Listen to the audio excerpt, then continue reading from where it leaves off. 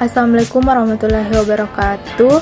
Saya Andi Astri Aulia dengan NIM A1C22137 dari kelas D. Di sini saya akan mempresentasikan laporan konsep teori anemia pada remaja. Definisi remaja menurut WHO, remaja adalah penduduk dalam rentang usia 10-19 tahun menurut Peraturan Menteri Kesehatan Republik Indonesia Nomor 25 Tahun 2014. Anemia merupakan suatu keadaan seseorang di mana jumlah sel darah merah atau kadar hemoglobin di dalam darah lebih rendah daripada nilai normal. Nilai normal hemoglobin secara umum berbeda untuk laki-laki dan perempuan.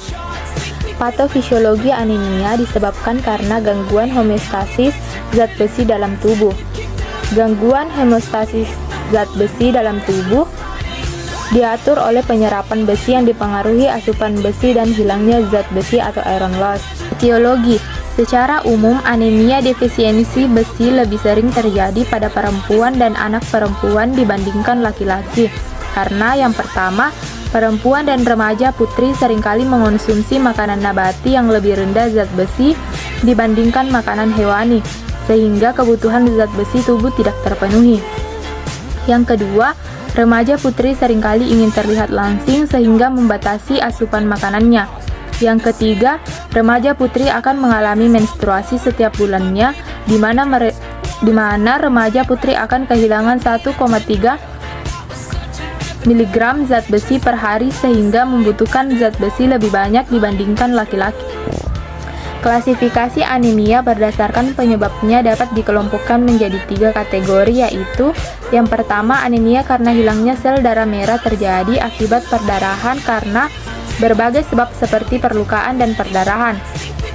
Yang kedua, anemia karena menurunnya produksi sel darah merah dapat disebabkan karena kekurangan unsur penyusun sel darah merah asam folat, vitamin B12, dan zat besi. Yang ketiga, anemia karena meningkatnya destruksi atau kerusakan sel darah merah dapat terjadi karena overaktifnya RES. Manifestasi klinis pada anemia timbul akibat respon tubuh terhadap hipoksia, kekurangan oksigen dalam darah. Manifestasi klinis tergantung dari kecepatan kehilangan darah, akut atau kronik anemia, umur, dan ada atau tidaknya penyakit, misalnya penyakit jantung. Pemeriksaan penunjang yang pertama itu pemeriksaan laboratorium, hemoglobin, penentuan indeks eritrosit, dan mean korpuskular hemoglobin concentration. Yang selanjutnya pemeriksaan hapusan darah perifer. Yang kedua, pemeriksaan sumsum tulang. Pengujian sumsum tulang adalah suatu teknik invasif sehingga sedikit dipakai untuk mengevaluasi cadangan besi dalam populasi umum.